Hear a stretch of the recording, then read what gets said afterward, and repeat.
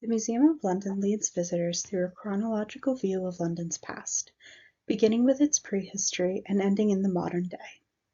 The medieval London Gallery, covering the years 410 to 1588 CE, is third in the order, following the London before London and Roman London galleries.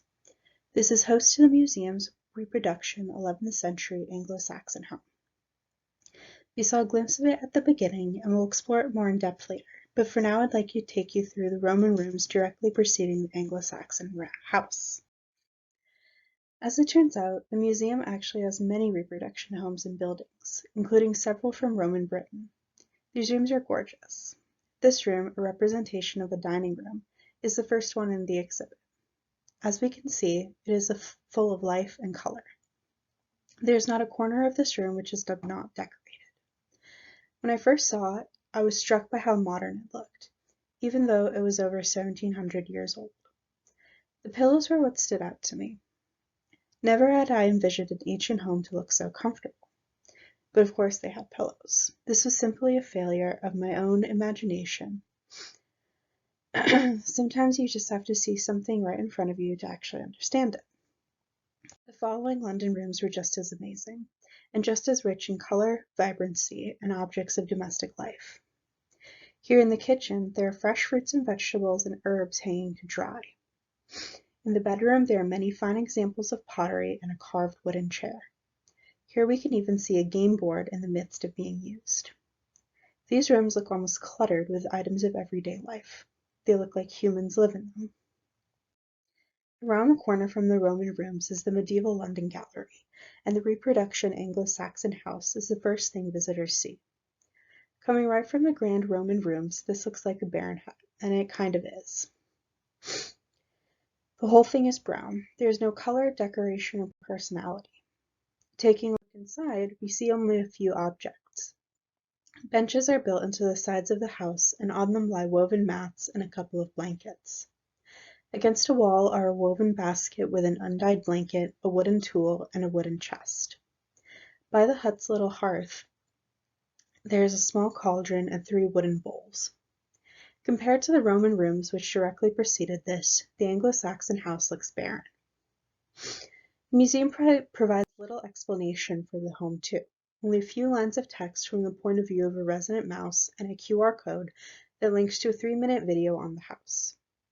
With fewer than 850 views in the 2 years that have passed since its upload date, it would appear that only about 1.2 visitors per day actually watch this. In the absence of information provided by the museum, guests are left to come to their own conclusions about who the everyday Anglo-Saxons were and how they lived based on what they've seen so far, which is primarily the Roman rooms and this hut. What conclusion would you come to? If you're the average person, you probably haven't done in-depth research about Anglo-Saxon domestic life and secular buildings. So you think the inevitable. The Anglo-Saxons must have been simply less advanced than their Roman predecessors. But this is all framing. The impression we as visitors get is based on what the museum chose to present us, and crucially, what it did not. For many years, archaeologists believed that Anglo-Saxons lived in homes like the ones represented by the Museum of London. This belief originated from the findings of archaeologist Edward Thurlow Leeds in the 1920s, who described the first recognizably Anglo-Saxon building. He defined the pattern of pit houses for later archaeologists, also called sunken feature buildings or sunken floor buildings, SFBs. These types of structures were defined by a pit with 2, 4, or 6 post holes at its periphery, which supported a tent-shaped roof. Once the pattern was outlined, these types of remains were easily found with contemporary excavation methods, thus increasing the numbers of SFBs found. Partially because they were the only buildings that had been found, partially because they were the only types of buildings archaeologists were looking for or knew how to recognize, it appeared as SFBs were the only types of domestic buildings Anglo-Saxons built. Leeds did not describe these buildings kindly either. He originally spotted these SFBs as he was sorting through pits, which held many small, donut-shaped clay objects, later identified as loom weights, which he recognized as belonging to the Anglo-Saxon era. As it appeared that pits containing pottery shards, animal bones, and other domestic refuse were seemingly a prerequisite for Anglo-Saxon buildings, Leeds confidently proclaimed, "In such cabins, with bare headroom, amid filthy litter of broken bones, food and shattered pottery, with logs or planks raised on stones for their seats or couches, lived the Anglo-Saxons." This perception has been slow to change, especially outside of the academic world. Despite evidence of Anglo-Saxons building far grander buildings to live in, these small huts remain the majority perception of their home life. Based on the shape of the buildings, its posts supporting a tent-shaped roof, and the description of its floors as dirt, we can assume that the home represented here is meant to be a pit house. So, let's take a look at them. If we're going to examine pit houses, let's see what the reality is. The video offered by the Museum of London via QR code provides their interpretation. The host, Jenny Draper, gives us 4 main takeaways for this house. It was dark, damp, smoky, and dirty. I'll give them darkness. Yes, this house probably would have been quite dark compared to our standards, and the reproduction one in the museum is in a very dark corner of the room. Glass windows, while used in some of the earlier Roman British homes, had gone out of favor for the Anglo-Saxons, and candles were expensive. However, in contemporary literature and more recent archaeological findings, evidence has been found to support homes having more than one doorway. Just as easily as this house would have been dark, on a sunny day with doors wide open, it could have been light. Historian Sally Crawford, in her book Daily Life in Anglo-Saxon England, also recalls how Anglo-Saxon buildings were generally built on an east-west axis. Entrances were centrally placed on the south and north sides, allowing direct light to shine into the interiors for the longest possible stretch of the day. Dampness.